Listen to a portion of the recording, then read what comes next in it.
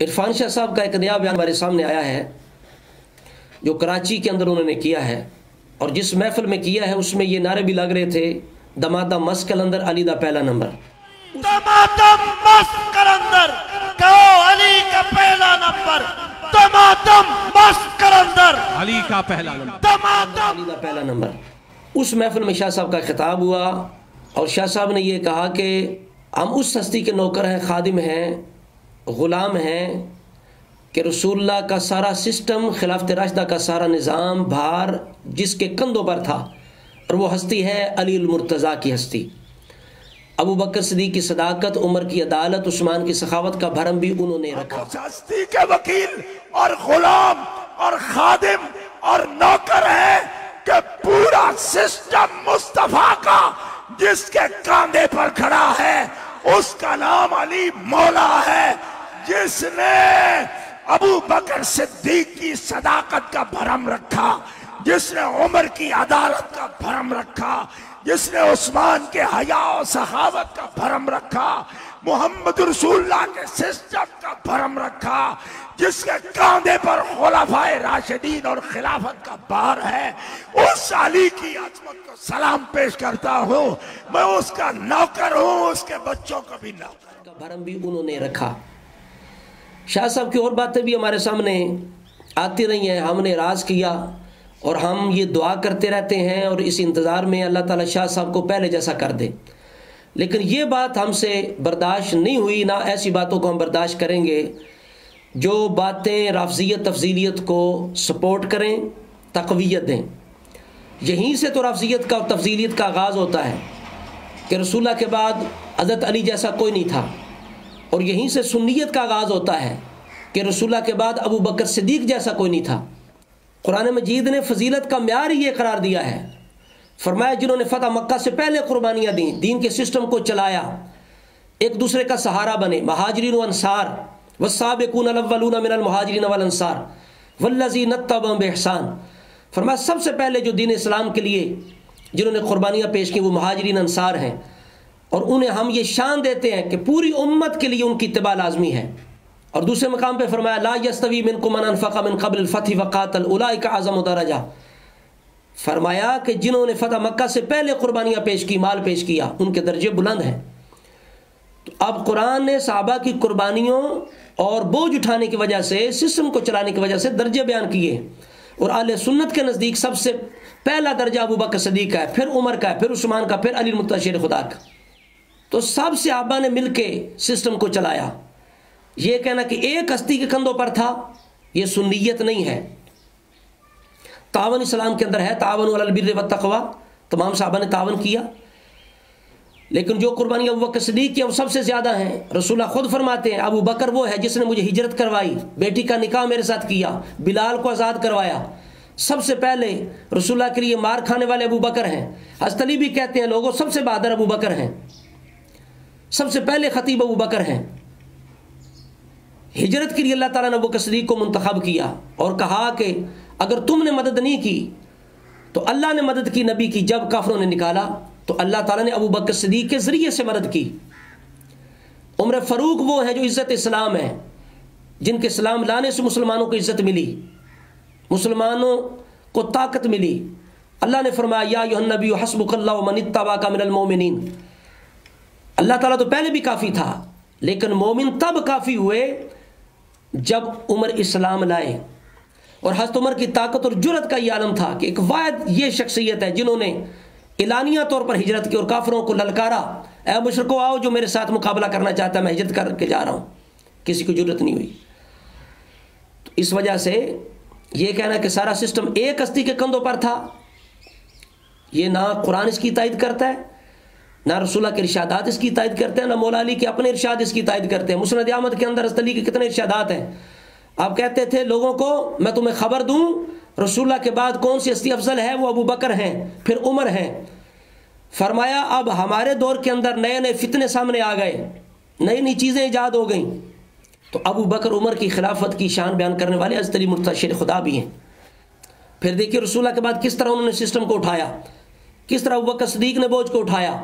मुर्तद्दीन से जब क़िताल किया तो उसके बारे में हज़रत उमर फ़ारूक भी ये कह उठे कि खुदा की कसम मुर्तद्दीन से कताल करने के मामले में अबू बकर सिद्दीक़ का ईमान पूरी उम्मत के ईमान से भारी है। और यही बात पीर मेली शाह साहब ने अपने अंदाज में की। इस किताब के अंदर सफ़ा 19 पे आपने फरमाया, बाद अज़ पैगंबर कोई शख्स अबू बकर से अफजल नहीं, क्योंकि उसने मुकातला मुर्तद्दीन में नबी का सा काम किया। अब बताइए बोझ उठाने वाला कौन है?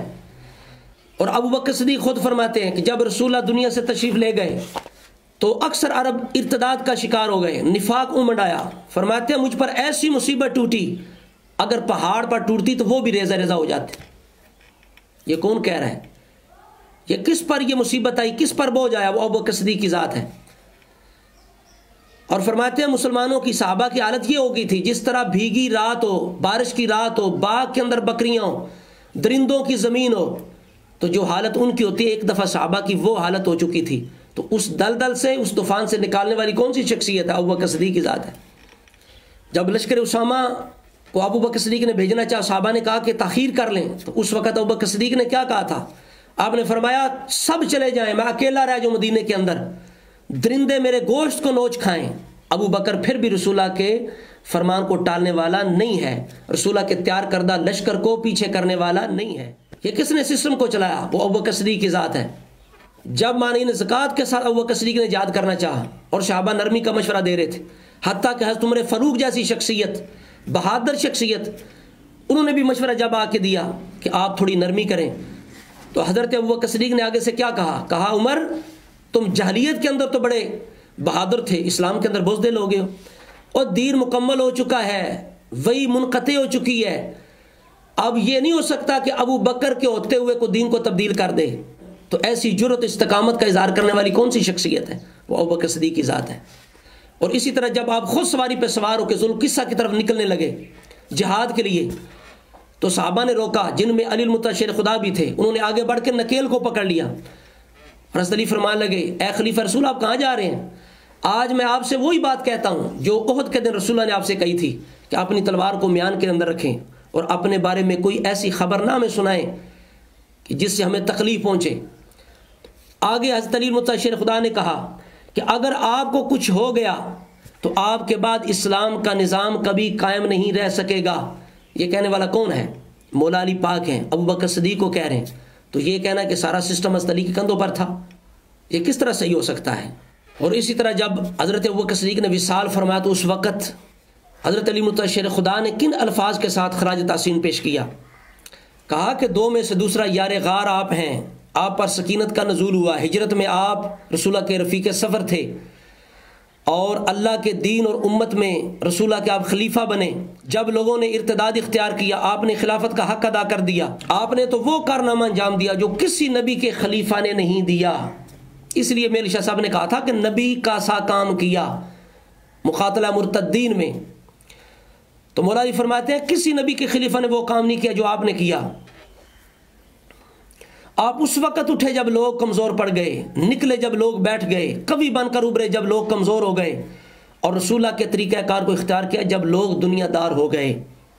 तो इस वजह से ये अल्फाज के सारा सिस्टम एक हस्ती के कंधों पर था, वो अली मुर्तज़ा शेर खुदा की हस्ती है, ये सुन्नियत नहीं है। तो लिहाजा सुन लिया आपने कि रसूला के बाद सारा सिस्टम चलाने वाले हज़रत अबू बकर सिद्दीक़ थे, फिर उमर फ़ारूक थे, फिर उस्मान थे, फिर अली मुर्तज़ा शेर खुदा थे। इसमें कोई शक नहीं है कि काम तावन से चलता है, तावन अलल बिर्रि व तक़वा, एक दूसरे के वज़ीर थे, सहारा थे। लेकिन ये कहना कि एक हस्ती के कंधों पर सारा सिस्टम था, ये ऐसी बात है कि इसकी तायद ना कुरान करता है ना अहले सुन्नत का ये मसलक है, बल्कि ये ऐसी बात है कि जिससे राफ़ज़ियत तफ़ज़ीलियत को मजबूती हासिल होती है, क़ुव्वत हासिल होती है, और यहीं से उसका आगाज़ होता है। अगर सहाबा की कुर्बानियों को फरामोश कर दें, महाजिरीन और अंसार की कुर्बानियाँ, असहाबे बदर की कुर्बानियाँ, असहाबे उहद की कुर्बानियाँ, और जो हुदैबिया के सहाबी हैं असहाबे शजर उनकी कुर्बानियाँ, तो पीछे क्या रह जाता है? तो इस वजह से मौला अली पाक की शान अपनी जगह है, उनकी कुव्वत हैदरी अपनी जगह है, वो फ़ातिह खैबर हैं, खैबर शिकन हैं, इसमें किसी को इख्तलाफ नहीं है, उनके कारनामे उनके हैं। लेकिन ऐसा अंदाज इख्तियार करना जिससे ये माजला लगे कि अबू बकर उमर उस्मान ये वो अहल ही नहीं थे, उनसे खिलाफत चल ही नहीं सकती थी, हज़रत अली की वजह से चली, ऐसी बातों को हम बर्दाश्त कतई नहीं करेंगे। तो हम दुआ करते हैं अल्लाह रब्बुल इज़्ज़त हम सब के दिलों की हिफाजत फरमाए। रब्बना ला तुज़िग़ क़ुलूबना बअद इज़ हदैतना व हब लना मिन लदुनका रहमा इन्नका अंतल वहाब या मुक़ल्लिबल क़ुलूब सब्बित क़ुलूबना अला दीनिक। सुब्हान रब्बिका रब्बिल इज़्ज़ति अम्मा यसिफ़ून व सलामुन अलल मुरसलीन वल्हम्दुलिल्लाहि रब्बिल आलमीन।